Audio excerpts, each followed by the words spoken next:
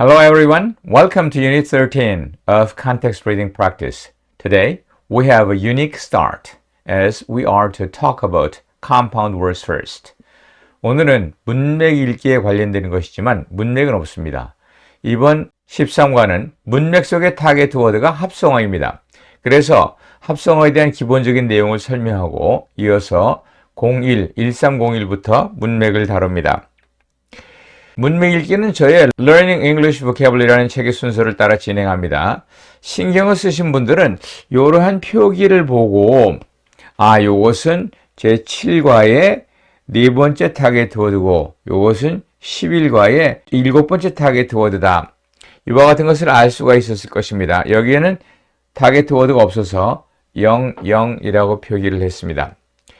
그래서 1300으로 시작하는 이번 것은 13과이지만 첫 번째 타겟 워드 이전의 내용임을 알 수 있습니다. 13과를 진행하기에 앞서 먼저 합성어에 대한 개략적인 이야기를 들려드립니다. 이제 어휘 연습이 막바지에 들어섰습니다. 지금까지 12개 과는 구문별 특성을 중심으로 구문 속에서 단어의 의미를 파악하여 단어를 배우고 배운 단어를 분석해서 기억을 새롭게 하며 어휘를 넓히고 또 관련 어휘를 학습하여 단어를 확충시켰습니다. 하지만 단어라는 놈은 그 모습이 고정되어 있거나 그 숫자가 한정되어 있는 것이 아니므로 실질적으로는 끊임없이 새로운 단어를 만나게 될 것이라는 각오는 하고 있어야 할 것입니다. 사실 생각해보면 우리말도 우리가 어휘를 다 아는 것은 아니지요.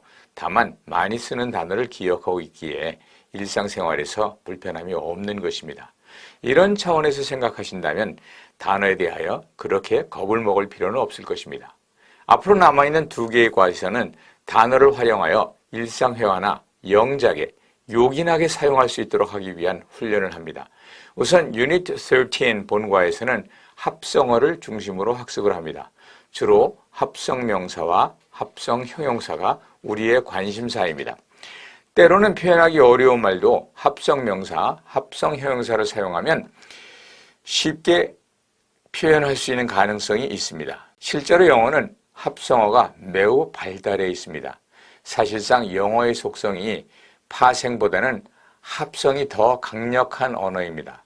더더군다나 20세기의 영어를 특정짓는 2가지 특성이 수동태와 합성어라는 점을 감안해 볼 때 영작의 경우에도 컴파운딩을 안다고 하는 것이 영미인이 즐겨 쓰므로 빈도수가 높고 또 자연스러운 방법이기도 하며 상당히 폭이 넓은 의미 영역을 지니므로 익혀둘 가치가 있습니다.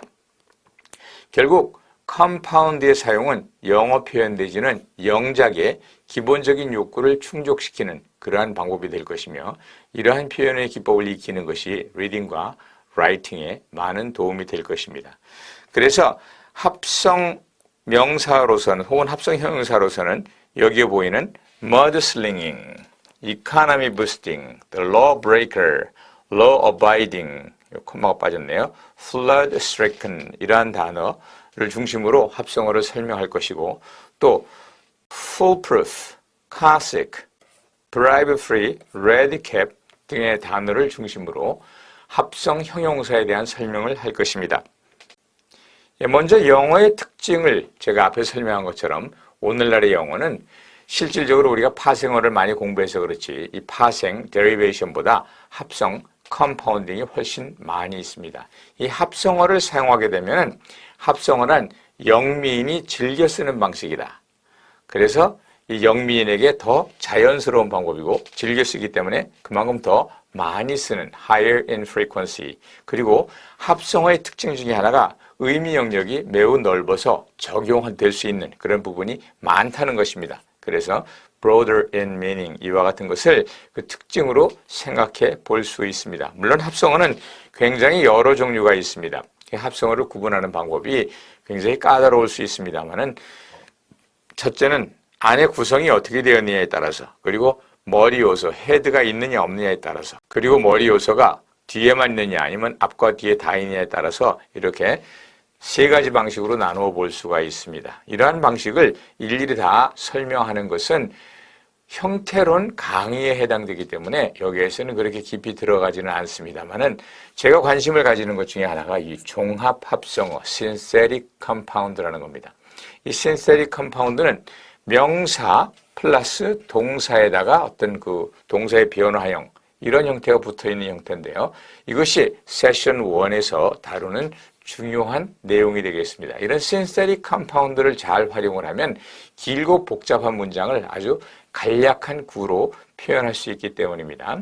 그리고 뒷부분에 가서는 내심 합성어 가운데 합성 형용사와 또 마지막으로는 외심 합성어, 외심 합성어라는 것은 도무지 뜻을 종잡을 수 없는 거죠. red cap이라는 것이 어떻게 해서 짐꾼 이란 말이 되었는지 그건 참으로 우리가 찾아내기 힘든 그런 형태이지요. 그러나 역사를 뒤져보면 옛날에는 공항이나 철도 이런 데서 짐꾼들이 빨간 모자를 썼다고 합니다. 그래서 이 빨간 모자, 레드 캡이 결국 그 짐꾼을 상징하는 말이 되었고 레드 캡 이꼬르 짐꾼이라는 형태가 된 그런 형태의 합성어입니다. 즉, 이 자체만으로 봐서는 어떠한 의미인지 알 수 없는 그런 형태가 되겠죠.